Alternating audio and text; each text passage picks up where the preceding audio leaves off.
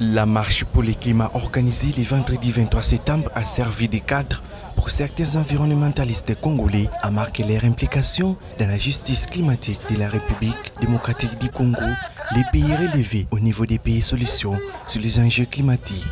Les mouvements Extinction Rébellion présents dans cette marche pour le climat estiment qu'aucun problème du changement climatique ne sera résolu sans la justice climatique. Chez nous, à l'Extinction Rébellion, nous parlons de la justice.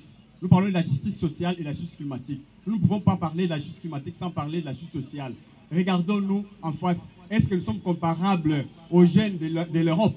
Est-ce que notre avenir est comparable à celle des jeunes de l'Europe? C'est pourquoi nous devons être là pour réclamer cette justice. Nous devons être là pour dire au monde entier, pour dire aux pays du G7 qu'ils doivent supprimer ces dettes, les dettes climatiques qui sont sur nos épaules. Nous sommes là pour dire ça. En marche de la tenue de la COP27, ces jeunes attirent l'attention des décideurs d'honorer leurs engagements pris depuis Paris COP21 de permettre à l'Afrique de s'adapter à la nouvelle donne du changement climatique. Et la vraie question que les Congolais devraient se poser, c'est de savoir, la COP26 a été passée. Maintenant, quel apport, quel bénéfice que la République démocratique du Congo a bénéficié par rapport à la COP26 pour aller à la COP27?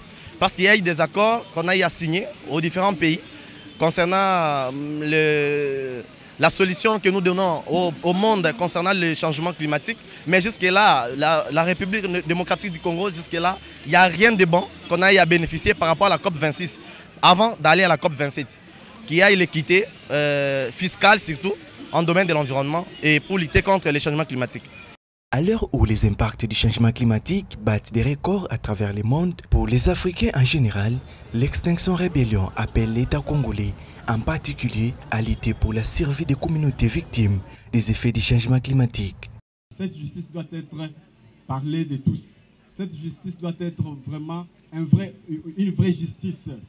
Nous ne sommes pas là pour parler de n'importe quoi, mais nous parlons de l'environnement, mes chers amis. Nous sommes les voix des sans-voix. Nous sommes là pour parler de l'Afrique noire.